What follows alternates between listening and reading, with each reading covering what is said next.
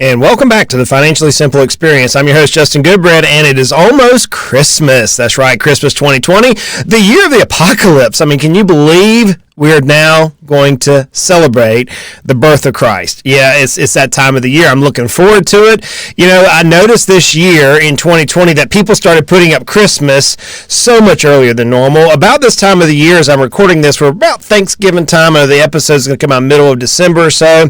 But, you know, we started seeing Christmas decorations go up in Thanksgiving, actually before Thanksgiving. In fact, in our own office at the Heritage Business Advisors office, there's already Christmas trees and garland and reindeer. In fact, one of the guys said they're going to put an arrow through one of the deer. But anyways, you have all these decorations because we are ready for some good news. We are ready to have a little bit of fun in our life. 2020 has been an amazing year. For us business owners, yeah, we got kicked in the teeth. It's been a rough year for us.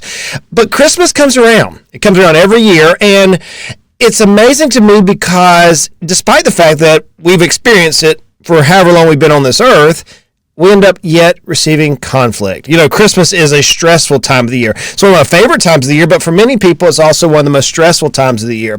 It's that time of the year whenever you get to go visit Cousin Eddie.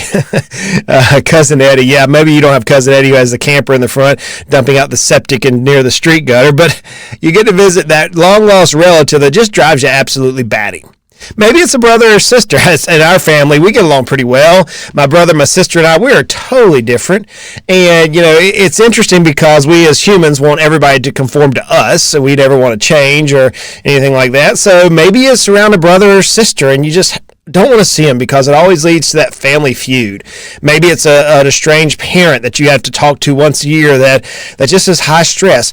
Whatever it is, Christmas brings conflict many times. It brings stress into our lives, and that's really sad. It's really sad because it's, to me, one of the best times of the year for us to just celebrate and add perspective to what we're dealing with in life. But there's no doubt that Christmas is stressful for so many of us. Whenever you throw shopping in the middle of all this, we've come up with this idea that we have to buy lots of things at Christmas time.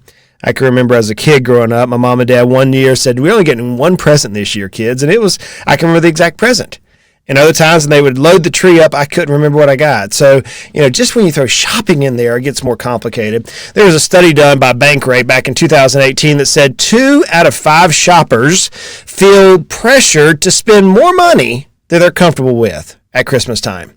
Despite the budget constraints, what we do is we reach in our pocket, we grab out that piece of plastic, that credit card, we go buy that big gift because we feel pressured to buy that big gift to give it to somebody who's candidly probably not going to remember it in 5 years, and only to receive the credit card statement in January saying, "Oh my goodness, what did I do?" Yeah, 2 in 5 shoppers believe they're pressured to spend more money. Union Bank did a survey, and they talked about that we are worried about overspending on Christmas gifts. In fact, 3 out of 4 people in that particular survey by Union Bank said they're stressed out. They're stressed. Think about it. Christmas time. They're stressed about overspending, overeating, overreacting. Yeah, it's so much. They in that same study, they actually said that 40% feel they're going to fret about over drinking, overeating. A third said that they're preparing to go into debt in order to buy something nice for their significant other. So, how do we deal with this Christmas thing? I want to deal with how do you avoid conflict around Christmas spending? How do you avoid conflict? Now, in order to understand the relationships that we as mates, maybe you have married, maybe you have a significant other, maybe you have a lifelong friend, whatever it is that you're dealing with, we can break the psyche of our human flesh into 5 languages. In fact, they're called the 5 love languages. There's a book called 5 Love Languages. And it breaks it down into the 5 ways that we show love as humans to each other. And Christmas, candidly, is all about love. I mean, the very fact that God gave us his only son, that just is amazing. What a story of love in and of itself, just a Christmas story. And that's what we want to do. We want to share love at Christmas time. But yet it often leads to conflict. As I often say, man, I can't do anything right because we try to do something good and it ends up biting us in the butt. There's 5 love languages. What are they? They're words of affirmation. Some people, the way they love on others is they they bless them, they speak truth into them, they speak life into them. Another one is acts of service. That's one of my wife's things. She has two love languages. One is acts of service. She will do anything for you. My wife literally is the person who will give you the shirt off her back. That is who she is. I've never in my life met anybody more selfless than Emily Goodbread. It's amazing because I am not that way. I'm totally opposite. I'm a words of affirmation person. That's what I like to do. My wife's also a giver. But think about it now. You're at Christmas time and you have a giver as a mate or a significant other or a family member. And what do they want to do? They want to show their love by buying things for others. And you know these people. They're the ones that come and they make a big whole event out of the day. I mean, they have like 7 or 8 or 9 gifts, and every hour you open a gift, or they start giving you presents long before. Every year they have a big hoo-ha-ha about the present they give. That's the giver. I know several people like that. We have clients who are givers. They like to just share things. Another love language is quality time. Quality time, just spending time together. I know many people who have that love language. And then there's physical touch. I like physical touch. That's who I am. Don't judge me. Don't do it. I know you just thought, yeah, of course you do, Justin. Don't judge me. I'm a words of affirmation, physical touch person. My wife is acts of service and a gift giver. But there's 5 love languages. So on top of this idea that we already know we want to buy and give things, now you could be faced with somebody in your family who's a gift giver, who at this time of the year is willing to break the bank because they want to share love with so many of the people that are near and dear to their hearts. So if you put all this together, we have the perfect concoction for conflict at Christmas time. So how do we avoid it? I'm going to tell you to have a Christmas money meeting. Really, Justin? Yeah, a Christmas money meeting. You know, I've been doing finance for personal finances for type A business owners for years now. And I found out something, that if we can take a Selah moment, it's a Hebrew word, it means just pause for a second. If we can pause just for a second, just a second, and think about what we're doing, then oftentimes we're ready, aim, fire versus ready, fire, aim. So I'm going to give you 3 points, just 3 points to think about in this avenue. Typically, number one of you in a relationship, one of you is going to be the saver and one is going to be the spender. That's just ultra simplified. Very seldom do I see 2 spenders or 2 savers. Now I do sometimes, but most of the time, opposites attract, and you have one saver and one spender. I want to give you a little bit of things to think about. If you're the saver, you can't take it with you. You can't take it with you. I see so many savers that want to push out life. They want to push out a joy moment for the sake of building a bank account. My dad used to say, son, life is not about getting all you can, canning all you get, and sitting on your can. That's not the idea around money. Money is meant to be used for good. And so if you're that saver, go ahead in your mind and just keep this in mind that you can't take it with you. Now, if you're the spender, I want you to think about something. If you're the spender, don't rob from your future self for present luxuries or present pleasure. Don't rob from your future self. If you're that person who just, you're a spender, and I know so many people like that, you have to also remember that you can overspend and end up harming your future self. The money that you spend today could be utilized to help you have Christmas in 15, 20, 30 years from now. So as you're looking at your relationship makeup with this conflict that we often can deal with at Christmas time, go ahead and recognize that one person's a saver, and that person, I'm going to say, you can't take it with you. Live a little. And then the spender, hey, look, don't rob from your future self. So there's a happy median there. So what do? Number 2, I want you to set a budget. Yeah, I said the B word. Yeah, I said it. But how do you set a budget?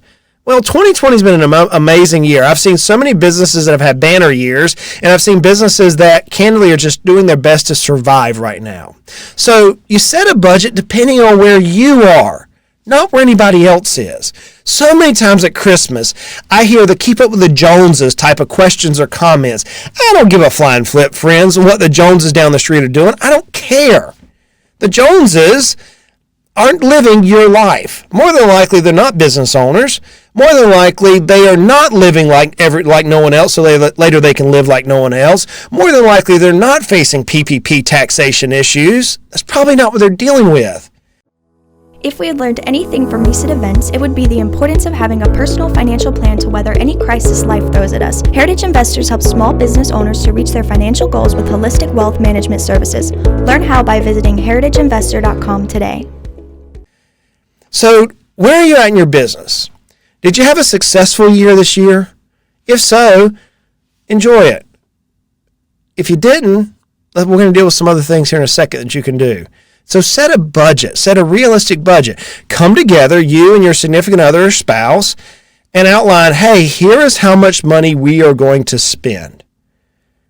You may also look at your family success. So many people have been successful in their life and now they have a little bit more assets they can spend. Others are just getting started.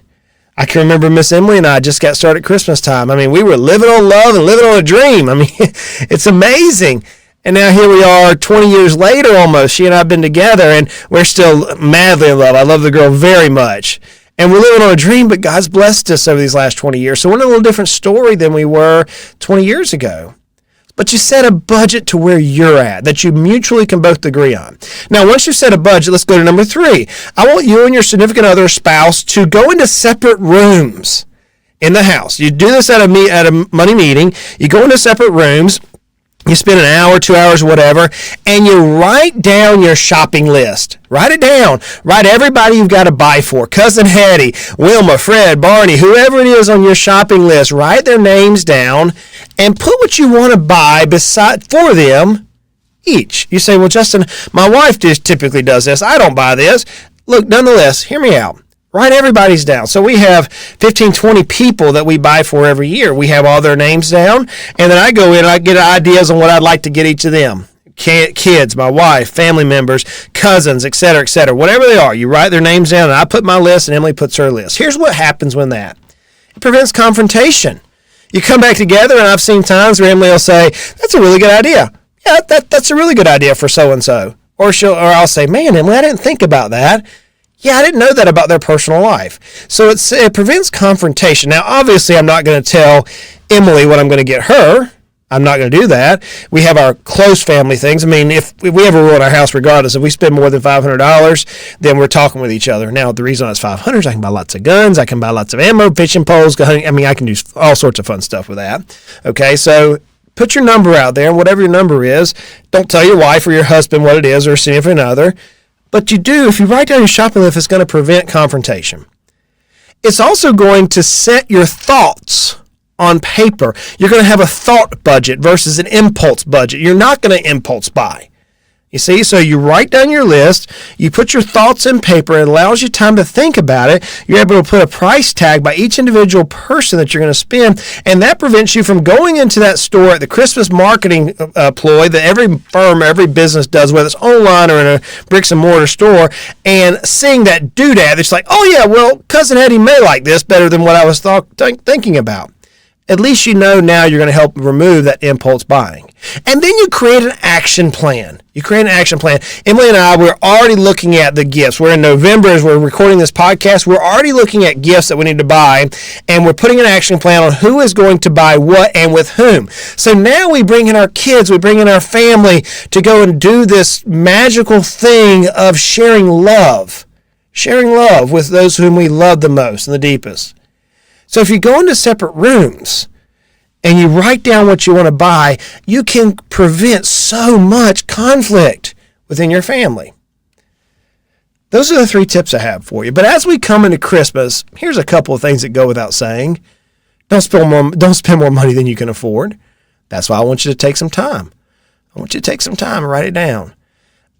Avoid credit cards. Credit cards at Christmas are detrimental. You don't want to start off 2021 with credit card debt, friends. 2020 has been hard enough. We don't want to start off having to dig out of the hole from Christmas impulse buying. We don't want to do that. So avoid the credit cards. Hey, give something of lasting value. Maybe it's a memory. Maybe it's a trip. Last year, we took our kids skiing for the first time at Christmas time. They have talked about it all year, and they can't wait to go back skiing again. That was their Christmas present last year. We had a little bit of gifts, but it was a Christmas present, was going skiing. It was something of lasting value, and we had giggled so much and looked at pictures. I mean, amazing memories. We didn't have to give gifts. We did a little trip. Maybe you give something that's a token that your significant other is going to be, or your family is going to remember for the rest of their life. You know what they say, diamonds are forever? Be careful on that one. Maybe you do something for somebody else meaningful. Maybe you take on a family project this year. You know, there are a lot of people who are suffering right now. In our office, we've taken on two different things in the holiday season. Number one, we adopted as a sponsor for a young girl in a different country who needs a sponsor. And so our firm, our members of our organization have taken on this little girl to help her during this time of her life as a sponsor for her. We've also started working with Compassion Closet this year. We're raising just a little bit of money for them, encouraging other businesses to do the same. Compassion Closet in Knoxville, Tennessee is a nonprofit organization that helps children who are placed into foster care. It helps them go into that foster care situation. So many times kids are pulled away for various reasons, most of the time safety, and they're placed with families. And these families, in a minute, will take in these kids and love on them at Christmas time or many times during the year, and they don't have the resources they need to do that. So take on something meaningful. Maybe you can go out and rake leaves. Maybe you can fix a meal for somebody suffering with COVID or something. Maybe you can go and clean their gutters. You can do something at Christmas time to love on people. Do something meaningful. And then remember to focus on the spiritual, not material at Christmas. Focus on spiritual. You know, by now, if you've listened to me for any length of time, you know I'm deeply spiritual. You realize that I'm a professing Christian. I believe that Christmas time is the most magical time of the year when Jesus was given to Mary and Joseph to raise, and Jesus' ministry was brought about to reconcile us to Christ or to God. That to me is an amazing time. Think about, maybe you're not a Christian, maybe you're Jewish. I have a very dear friend who's Jewish who they focus on Hanukkah this time. Maybe you're a different religion. Maybe you're agnostic or an atheist. Whatever it is, you do have some spirituality to yourself. And Christmas time is an unbelievable time that we can reflect on how blessed we are. We are extremely blessed. I say it on a regular basis. But if you sincerely look and write down how greatly you have been blessed compared to so many around the world, so many who are dealing with tough times, we really have nothing to argue about. We have nothing, absolutely nothing that we can complain about. Absolutely nothing. Someone once said, if money can fix our problems, we don't have problems. And Christmas time is an unbelievable time for us to focus on the spiritual, not just the material. And then lastly, this is a self-serving one, but it's something that I strongly believe in. Christmas time is the time of the year when you can give yourself something. Give yourself something. I have to remind Miss Emily of this all the time. Like I said, she will give the shirt off her back. But every year, I love doing this with my bride, we go shopping and she treats herself to things that she wants. What is it that you've been lacking? Maybe it's not anything special as far as a personal item that you want to buy, but maybe it's like, you know what, I just want to pay off this credit card this year. I want to build my emergency fund up a little bit. I want to take a little trip. I want to have a day at the spa. I want to sit in the woods and read a book. Christmas is an amazing time of the year for you to do something special for yourself. So friends, as we come into Christmas, it can be full of conflict. It can be if we allow it. The enemy wants nothing more than to destroy the joy that we could have at this special time of year. He wants nothing more. But if we go into Christmas season with a purpose that we're going to have the most amazing thing, 2020, it could by far dwarf everything we've experienced thus far. In one single month, the month of December, it can make the rest of 2020 just seem negligible. It could. There's an old saying that says your attitude is your choice. I also heard a saying that says if you think you can or think you can't, you're correct. I often tell that to my sons. If you think you can, think you can't, you're correct. You can avoid conflict this year. You can. But you've got to do it on purpose. Hey, look, friends, it's almost Christmas, and I am so ready to have that morning time tradition around the Christmas tree with our family. Looking forward to it. I realize this year's been hard. I get it. 2020 has been one that's kicked so many of us in the teeth. It has been. But as I said, we are greatly blessed. Life is good. Life is good. And life can be frustrating. Christmas time can be frustrating. It doesn't have to be. Hey, look, we're going to continue to make our lives at least financially simple. Y'all make it a great day. This tip is for informational purposes only. Please speak with a competent financial advisor regarding your specific needs. Justin Goodbread is a registered investment advisor with Heritage Investors. Visit heritageinvestor.com, financiallysimple.com for additional information.